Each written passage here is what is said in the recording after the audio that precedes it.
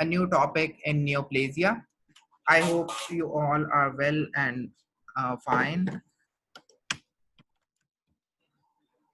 Today we are going to deal cancer epidemiology.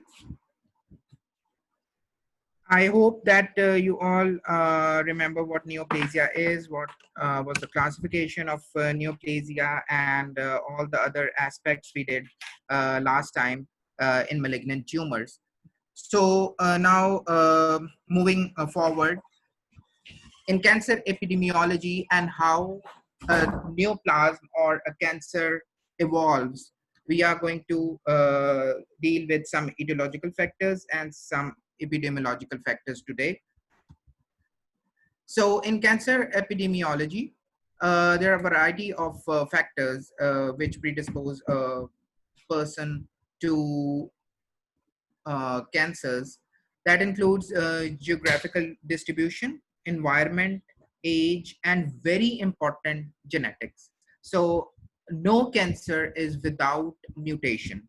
So this is what we dealt with in the very first lecture, that every cancer has a number of mutations, and even one cancer in two different persons may have different mutations. So that is why genetic is so important, and mutation is the main culprit. But how the mutation occurs, that needs some triggers, and that may come from the geographical distribution. uh, we are going to deal with that in detail. Environment, environmental factors that may be internal or external, and then the age or gender of the patient. Now the geographical distribution about of cancers. You may have seen that some of the cancers are more prevalent in a certain geographical area of the world. For example, like nasopharyngeal cancer is more prevalent in Far East Asia, like in China, Taiwan, Hong Kong, and that is because of the prevalence of Epstein-Barr virus, because Epstein-Barr virus is one of the culprits or the external factors in case of nasopharyngeal carcinoma. So another example, gastric carcinoma, the world number one area where gastric carcinoma is important or is seen uh, is Japan, and that is because of the eating habits.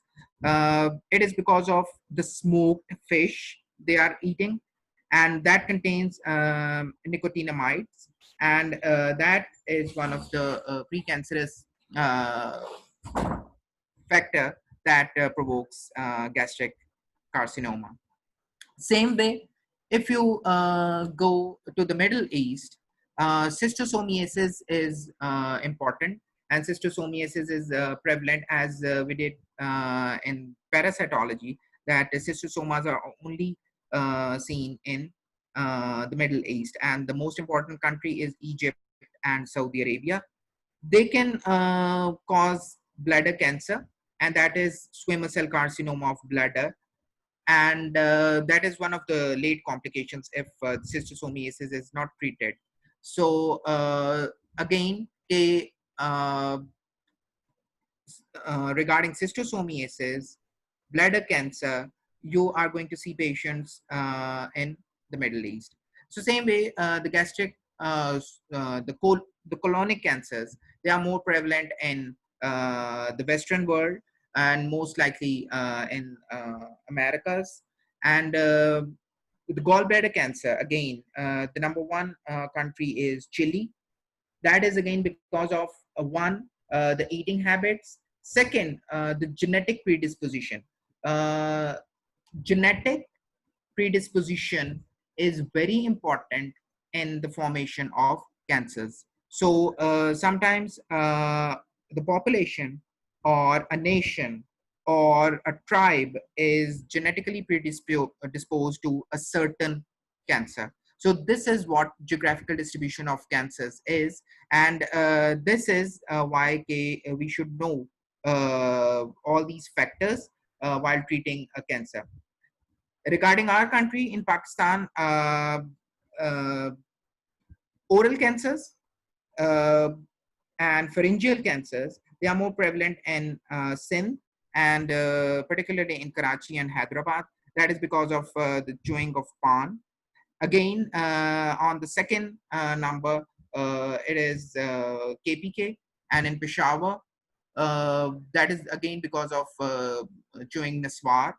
You are not going to see much of the oral cancers in Punjab.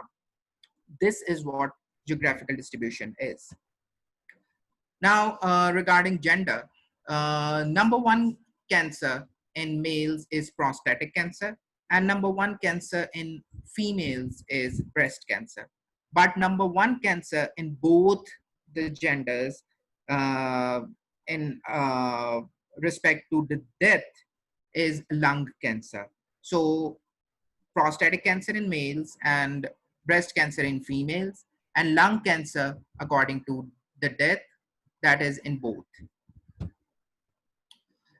This pie chart shows some of the external factors which provoke cancer. You can see that diet is one of the important factors, then tobacco.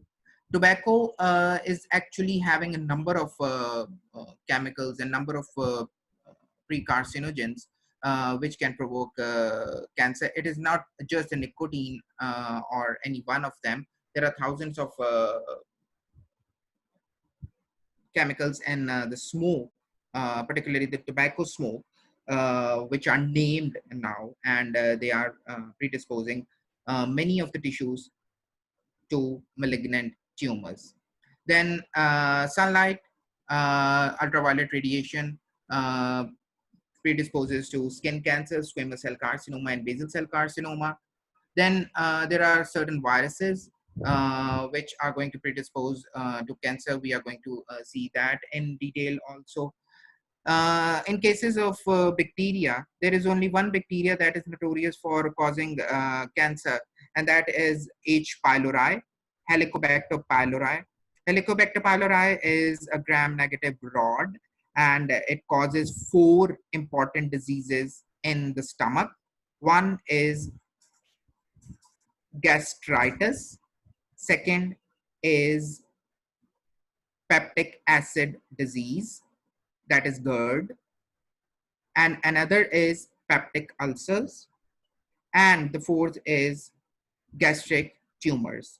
In case of gastric tumors, H. pylori is one of the culprits of adenocarcinoma of the stomach and maltoma of the stomach. Maltoma is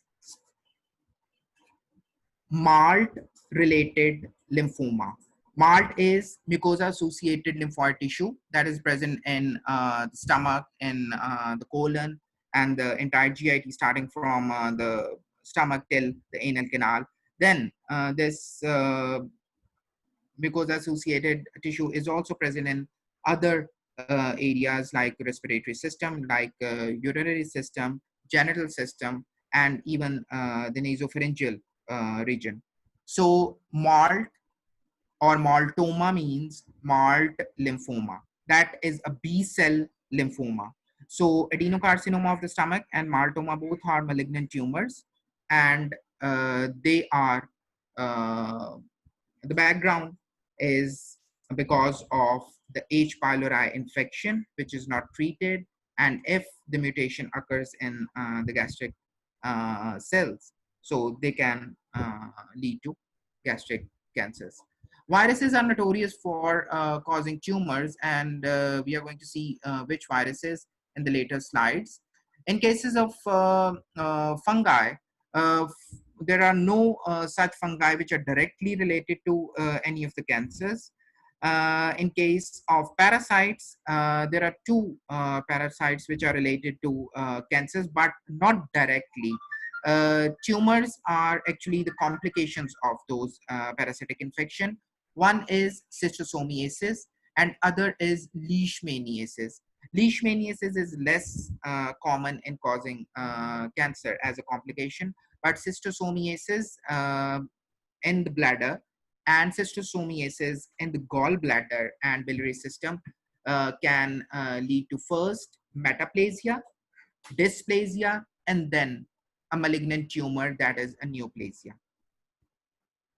Occupational factors, as we did in the earlier chapters, that pneumoconiosis are occupational lung diseases. In that also I highlighted that one must know the occupational diseases, in a sense that not all occupational diseases can lead to uh, tumors, but some can. And those some are, number one is asbestos. So asbestosis can lead to mesothelioma, that is a malignant tumor of the pleural cavity or the peritoneal cavity or the pericardial cavity, and adenocarcinoma of the lung. And then silicosis, silica is used in glass factory, that may lead to a secondary or a complicated case may lead to a tumor. Then alcohol may lead to liver cirrhosis, and that ultimately will lead to formation of tumor if there is any mutation or dysplasia. So alcoholism is not directly related to formation of tumors, but chronic alcoholism leading to cirrhosis, leading to dysplasia, may form hepatocellular carcinoma. Radiation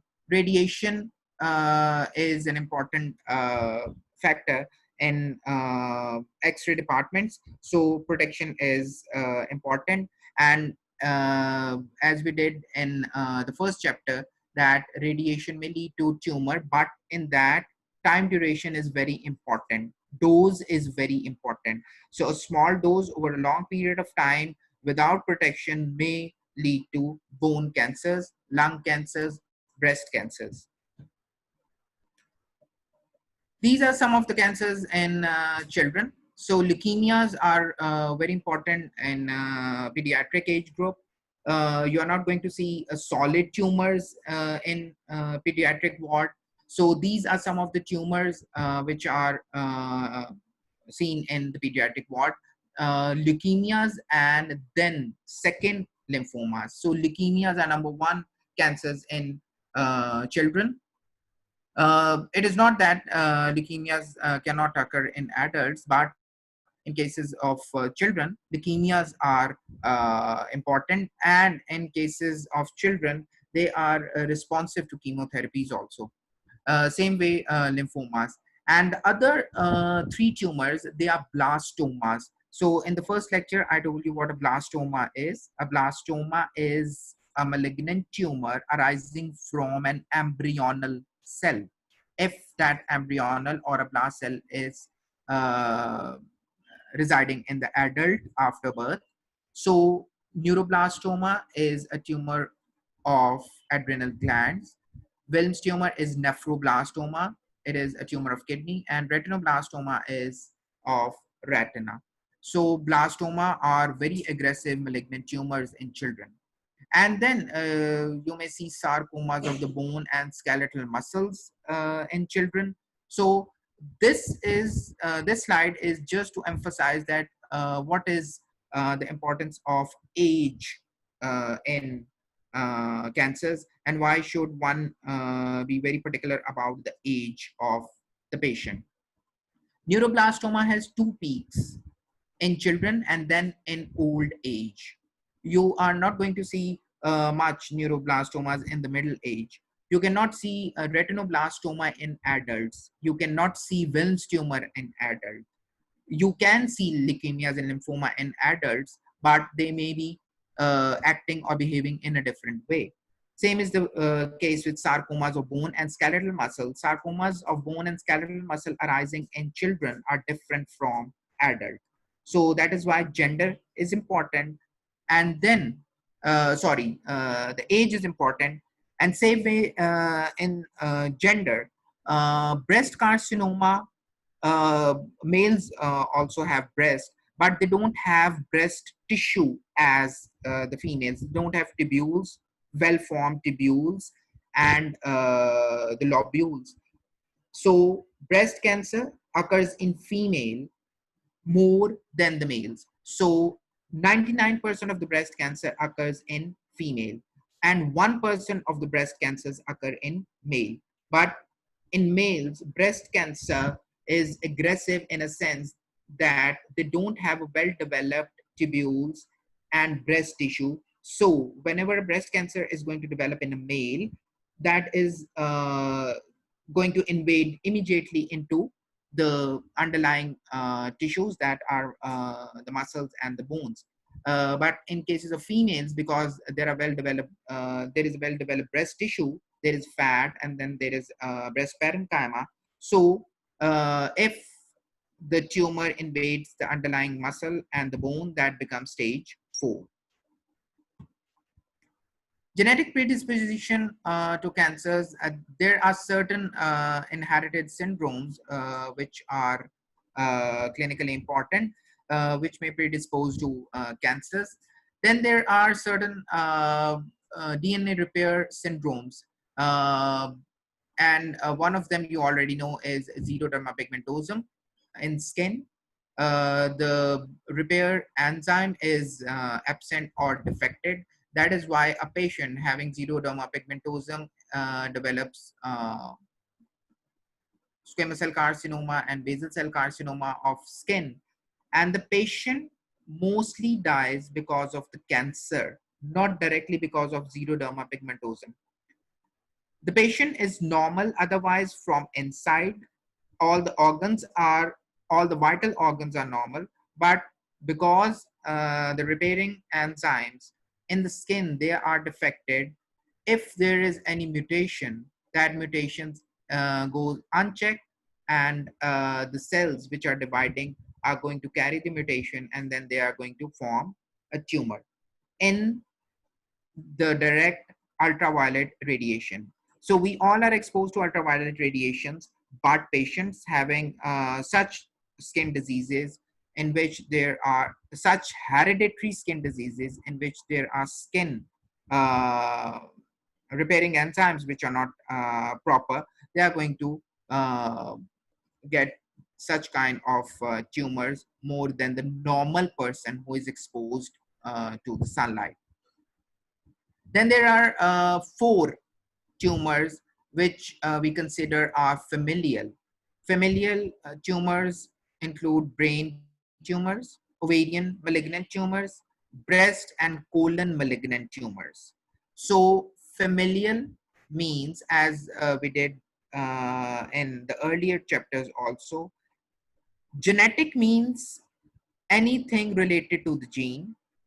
Hereditary means that a gene is traveling from one generation to another generation. It is passing from one generation to another, but may or may not express in every generation. So hereditary diseases are like all the Mendelian diseases, autosomal dominant, autosomal recessive, or sex-linked diseases. But familial, when we use the word familial, familial means that a gene, a mutated gene, is passing from a generation to another generation, and it is always presenting in every generation. So if we have these mutations, so they can form cancers in every generation. Now, highlighting an other important point here, that not every brain, ovarian, breast, or colon cancer is familial. Here, I'm going to add another word, a new word, that is sporadic. Sporadic is that a sporadic tumor is that it has no familial predisposition, it has no familial link. Sporadic means that any time in the life. So most of the tumors, they are sporadic. Familial are that if the same tumor occurs in an unusual way, or the same tumor that is occurring sporadically in other patients occurs at a different time of life, that may indicate familial tumors. And in those cases, history is very, very important. Now, coming to the example, like breast cancer, most of the time breast cancers, they are seen above 30 years of age. Yes, they can be seen in younger patients also, but most of the time in females, breast cancer is seen above 30 years of age. That is a sporadic tumor. There are certain factors from the environment, then there are mutations, then there are hormonal factors.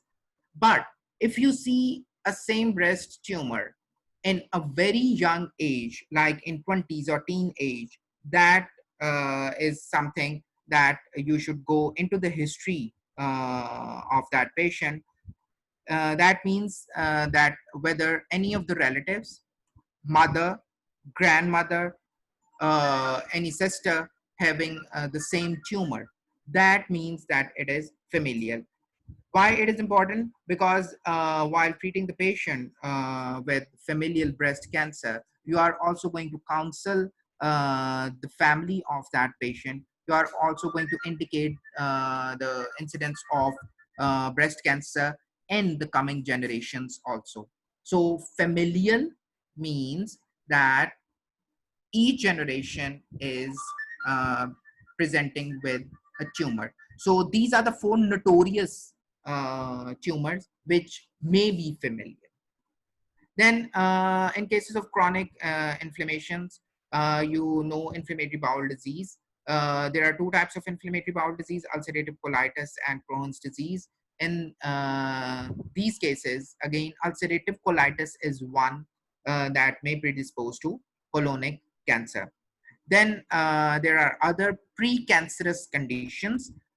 Precancerous means that if that condition is diagnosed and you treat that condition, you have to follow the patient uh, rigorously, because that condition may reoccur and that condition may lead to a tumor after a certain period of time. So pre-cancerous conditions mean that you have to aggressively treat that condition and you have to follow that patient.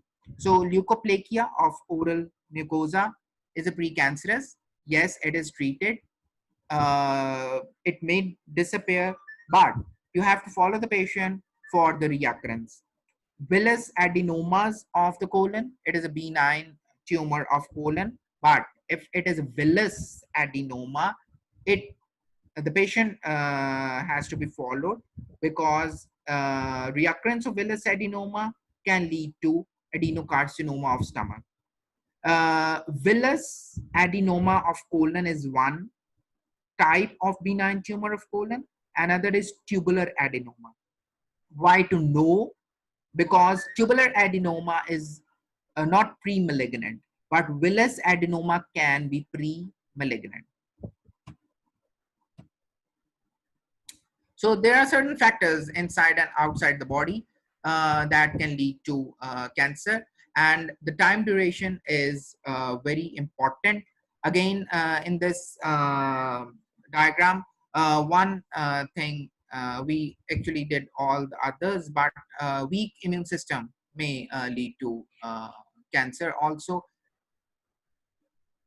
So just revising the facts, that there are dietary factors which are important.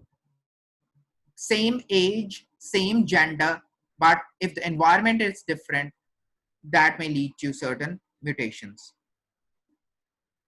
Tobacco, again, very important predisposing factors, but as the heading says, avoidable environmental factors. So this is not that everybody exposed to all these factors are going to form cancer or can have a malignant tumor, but the dose and the time is very important. So tobacco, diet, infections, ultraviolet radiation, occupation, and pollution can be avoided. So as we did the geographical distribution in the first slide, So same way, uh, regarding that gastric carcinoma in Japan, if a Japanese born in Japan have is having gastric carcinoma, or the incidence of gastric carcinoma, that incidence may increase if that person goes to America. That is because of the dietary habits. Because the Japanese, they were already predisposed, or genetically or hereditary, they were predisposed to formation of genetic cancers. That population is predisposed to formation of genetic cancer. Then the dietary factor, if that is added, that may increase the incidence both of the gastric as well as the colonic cancer. So in this slide, you may see this type of case. This is occupational health diseases, and asbestos is number one that may lead to cancer. Then dyes, certain dyes. In cases of dye, you can see that bladder is indicated. In case of dyes, alanine and benzidine, these are two dyes which are notorious for causing urothelial cancer in the bladder. Again, this becomes one of the occupational health diseases. Both these dyes are used in tannery or in leather factories. So again, whenever you get a patient having blood in the urine, and the ultrasound or the radiology shows that there is a bladder mass, you may ask for the occupation of that patient. Number one is these dyes, alanine and benzidine. And number two is chronic smoking. Again, this is what we have already done. This is a summary that whatever environmental factors are, there are going to be mutations in the tissue, and those mutations may lead to the cancer. And that is not that if you are exposed to an environmental factor for a day or so, you are going to get a tumor the next day.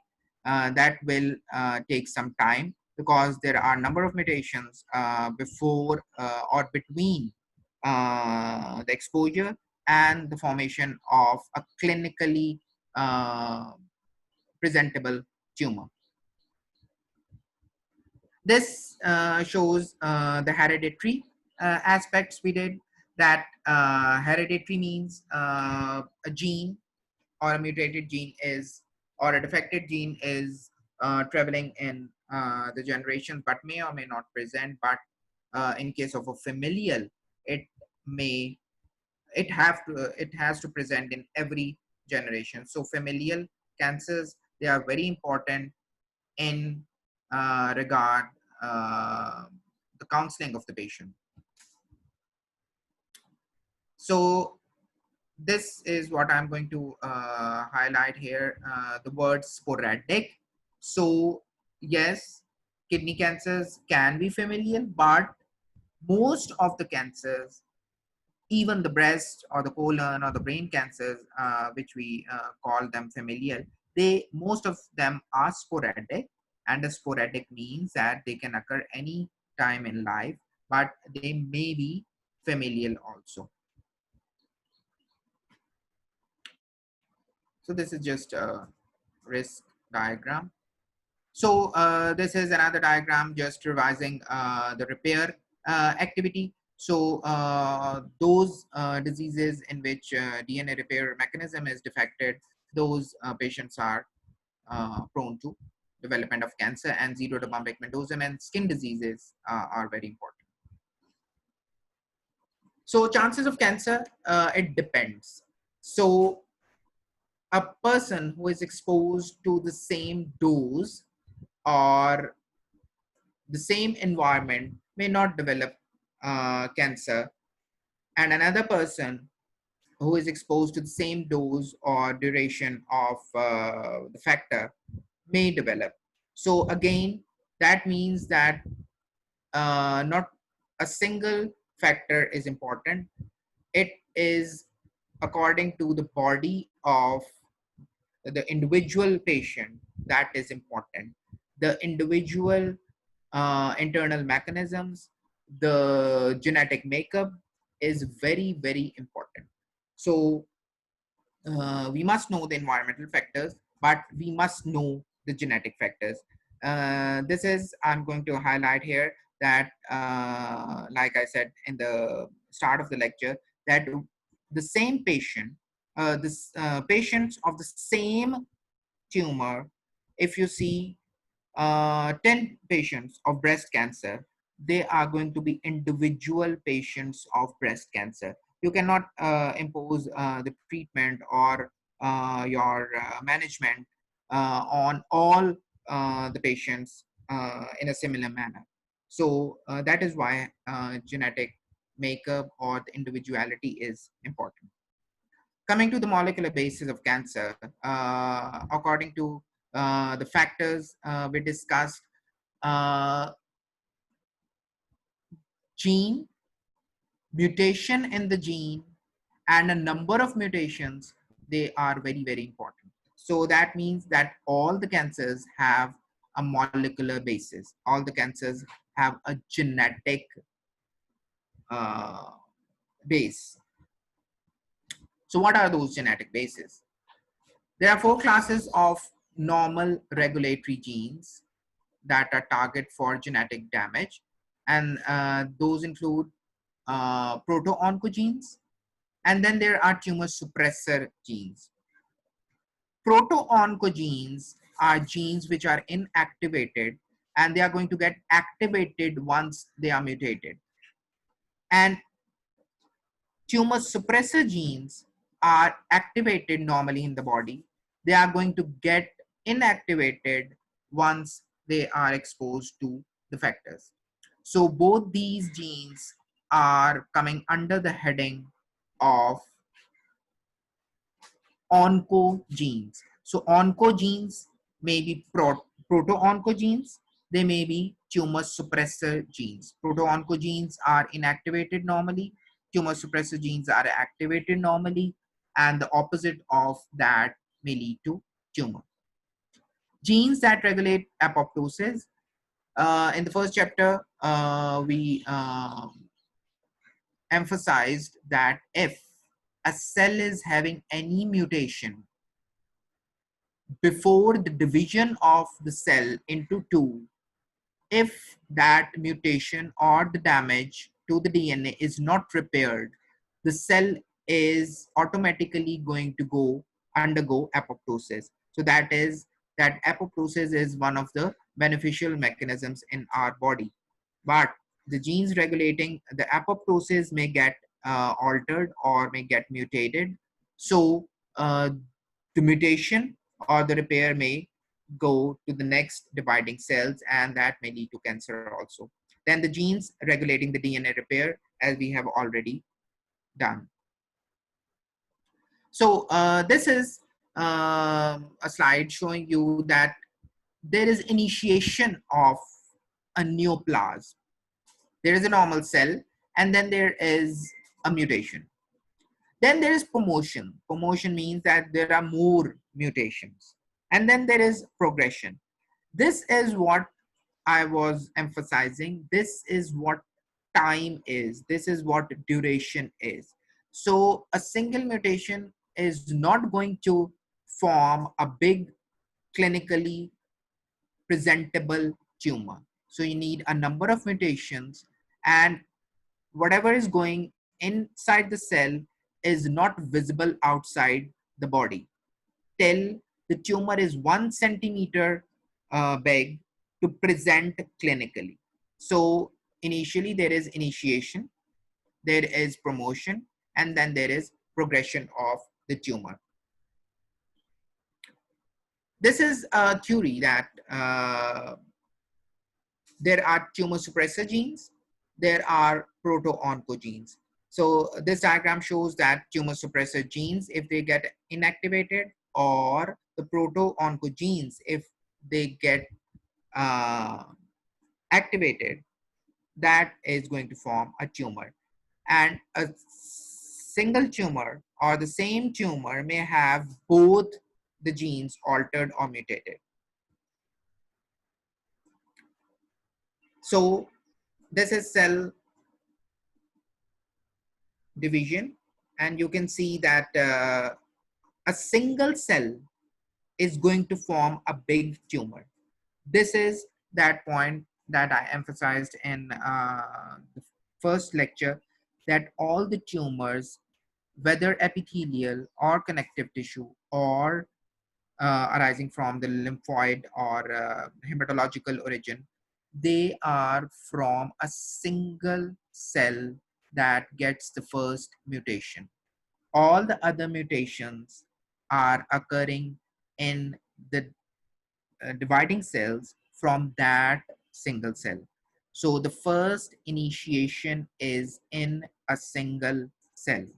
So all the tumors are from a single origin.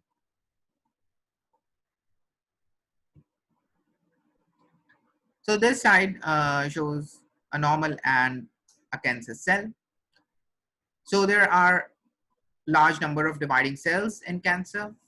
So you have large cells with pleomorphism, with hyperchromasia, with prominent nucleoli. You may have an altered nuclear cytoplasmic ratio. You may have variation in the size of the nucleus and the cytoplasm. You may have certain other functional features, like you may have the loss of function of the cell, or you may have an aggravated function. And then the tumor may invade, if it is a malignant tumor, in the local tissue, or it may metastasize to a distant place. So this is another diagram showing a normal and a cancer cell. A cancer cell here means a malignant cell. A benign neoplastic cell is going to look like a normal cell, but it is having all the features of a neoplastic cell. But as we did in the last lecture, that there are certain features on the microscope which can guide you that this is a malignant cell. This is a normal mitosis and abnormal mitosis, because mitosis is so rapid and the cell division is so fast that you may have different shapes of the chromatin um, arrangement. So these are called mitotic figures. These are called atypical mitosis. And this is what we did in the last lecture, that how you are going to see them all on the microscope. So this is just a summary, what we have done till now. So all the cells, they are self-sufficient. All the malignant cells, all the neoplastic cells, they are self-sufficient. They are insensitive to the inhibitory signals, so they are under no control of the body. They are going to evade apoptosis. There are defects in the DNA repair, limitless replication, sustained angiogenesis, because the tumor can provoke angiogenesis from the surrounding uh, blood vessels to get nutrition for itself. They have ability to invade and metastasize, and ability to escape our immune system, because a neoplastic cell is something foreign to the body. So the first response of the body is going to be that it is our immune system is going to recognize, but because that neoplastic cell is under no control of the surrounding or the signals, so our immune system is not enough to kill that cell. However, apoptosis do occur in tumors, but that is not enough, because if 2 or 3 or 10 cells are apoptosed, there are thousands of other cells which are going to appear because of the rapid division. And how immune system is avoided, that we are going to deal with in another lecture. So this is a picture showing you a normal growth and an uncontrolled growth, and again summarizing initiation, promotion, and then progression. So the formation of tumor is called carcinogenesis. So you may have certain aspects on the cellular level, and then you may have certain aspects on the molecular level. So excessive cellular proliferation, uncoordinated growth, and tissue infiltration, you can see on the microscope. But on molecular level, there are certain genes, gene products, which you cannot see on the microscope, but you can see them on certain other tests or techniques can be used to see the molecular basis. So there are certain hypotheses of the origin of new plant. One is that it is not a hypothesis, but all these hypotheses actually are now proper facts and proper hello. Okay.